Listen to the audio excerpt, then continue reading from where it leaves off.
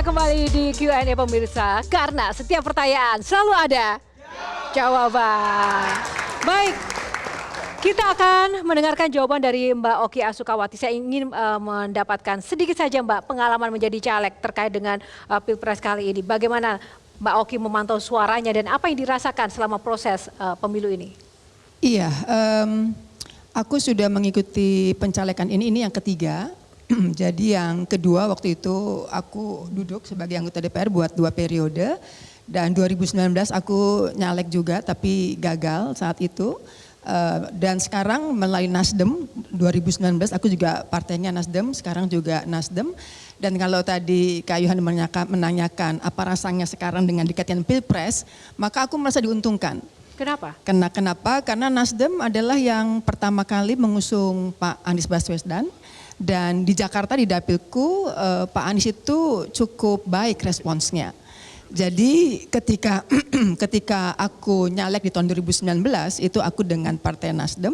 Saat itu modal sosialku yang artinya adalah suaraku pada saat 2 periode sebelumnya itu tidak mau bekerja sama dengan aku gitu. Karena waktu itu Nasdem dinilai sebagai partai yang kurang Islamiah gitulah.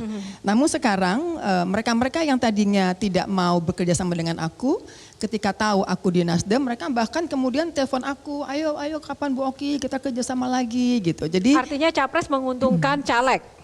Bisa dibilang seperti itu, iya. Untuk ada Jakarta. Capres yang menguntungkan caleg, ada juga capres yang tidak menguntungkan partai. Itu ada memang ya sekarang ya.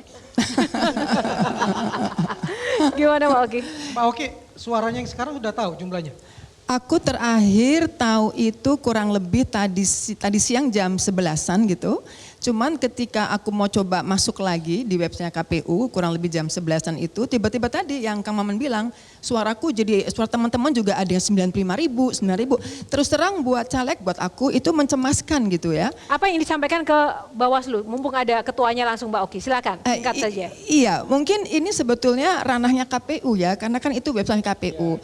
Tapi yang tadi aku juga sempat tanyakan ke Bang Baja dan tadi jawabannya sama seperti yang disampaikan kepada Pak Maman bahwa ini semua karena adanya kesalahan atau sistem tidak bisa membaca handphone begitu capture-nya. Tapi sebetulnya handphone itu kan macam-macam ya dan yang menariknya Yohana dari semua dapil hanya DKI 2 itu yang mengalami lonjakan-lonjakan suara seperti itu. Di dapil yang lain tidak gitu.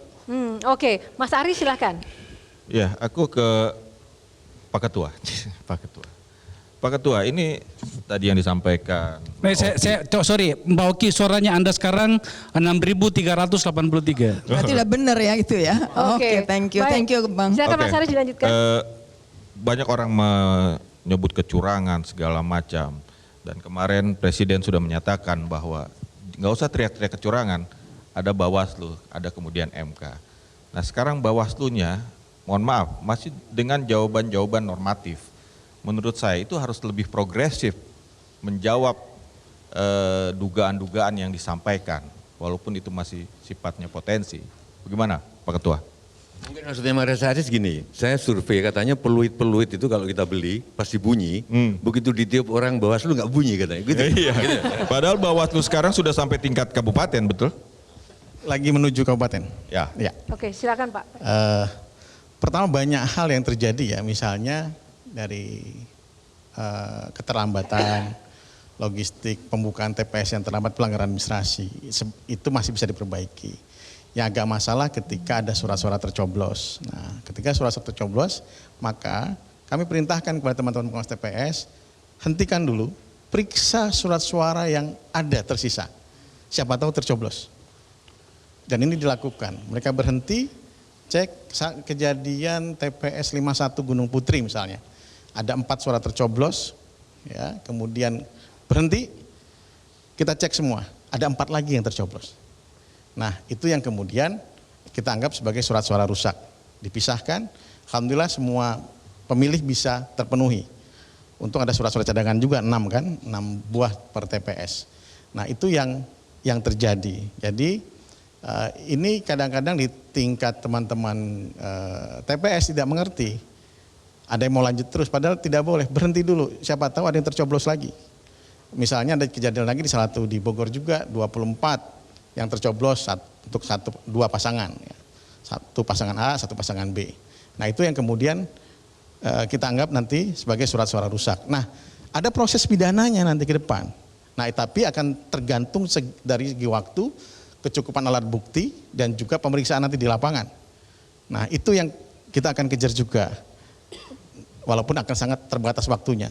Namanya pidana pemilu sangat cepat waktunya. 7+7 di Bawaslu, 14 hari di penyidik, 5 hari di penuntut, 7 hari di pengadilan negeri, harus sudah selesai. Nah sebenarnya ya ingin kami Butuh progresif, yakinkan tuh langkah progresifnya seperti apa progresnya, untuk itikatnya gimana Mas? Langkah progresifnya ya itu surat-suara tertukar, surat-suara misal surat-surat rusak, itu satu langkah progresif. Berhenti dulu, itu kan nggak ada aturannya, berhenti dulu, lihat dulu surat-suara yang lain. Nah itu yang dilakukan oleh teman-teman pengawas TPS. Walaupun juga misalnya ada PSU, kita menyampaikan ada PSU, kenapa PSU? Ada arahan yang tidak jelas ya. Ini harus dijelaskan oleh KPU. Misalnya jika pemilih tidak berdomisili, KTP-nya tidak berdomisili di tempat yang bersangkutan, maka seharusnya masuk ke DPTB, dia pindah pilih atau ditambahkan di situ karena dia. Baik. Kalau dia tidak punya form itu pindah pilih, maka dia tidak boleh memilih.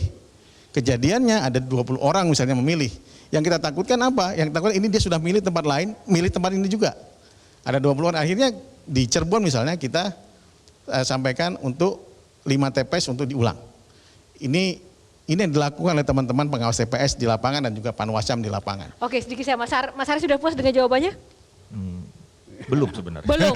Karena saya juga belum teryakinkan ini. Karena kita tidak ingin masuk ke ranah teknis, tapi bagaimana kemudian dari pertanyaan Mas Aris dan rekan-rekan tadi, Bawaslu benar-benar bisa menjadi benteng terakhir untuk keadilan, memperoleh keadilan dalam Pilpres atau pemilu ini.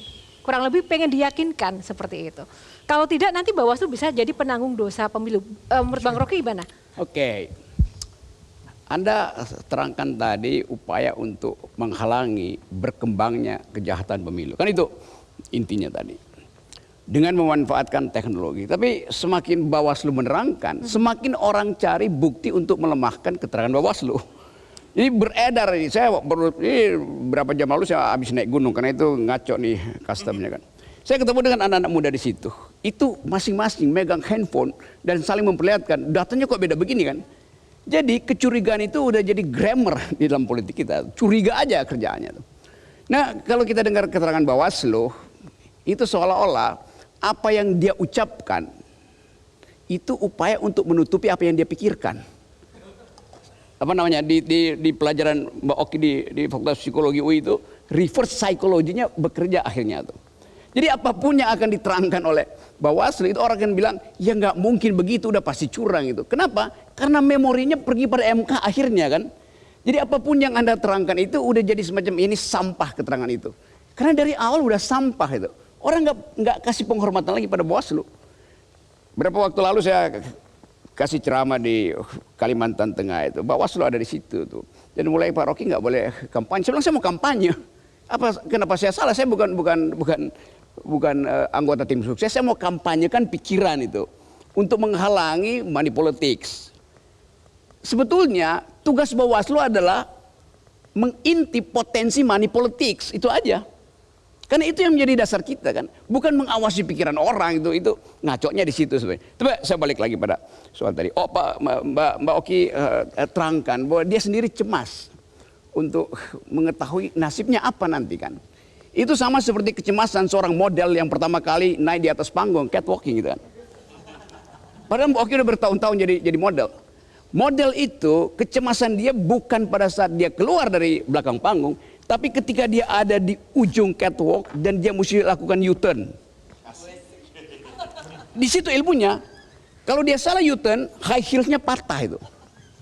Jadi keseimbangan psikis dan keseimbangan fisik kamu mesti dia hitung. Ya. Dan gue terusin dulu keterangan ini supaya lu dapat sensasinya. Jadi politik juga begitu, kecemasan di ujung itu tuh. Saya pernah baca buku Models, The Ugly Business of Beautiful Women. Boki pasti pernah baca tuh. Nah, kaitannya sama Bawaslu. Model bisnis dungu dari perempuan cantik. Kita bisa bilang itu pada politik sekarang tuh. Bahwa politik sekarang itu juga berlaku yang sama itu. Nyalek itu adalah a beautiful business of the ugly people. Kan jadinya begitu kan?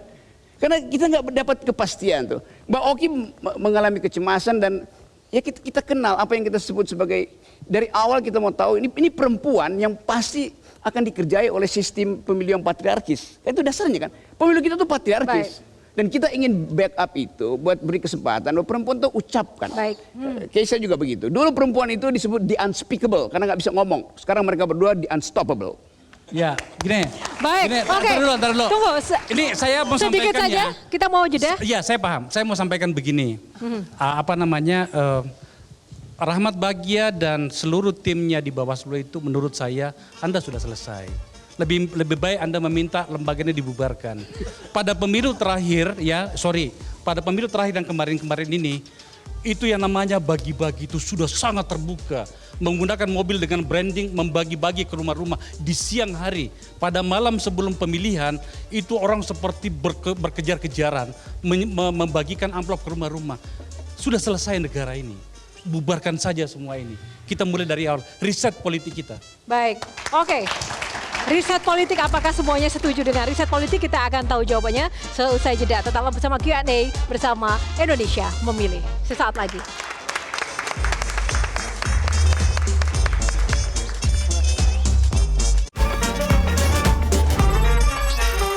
Jelajahi cara baru mendapatkan informasi. Download Metro TV Extend sekarang.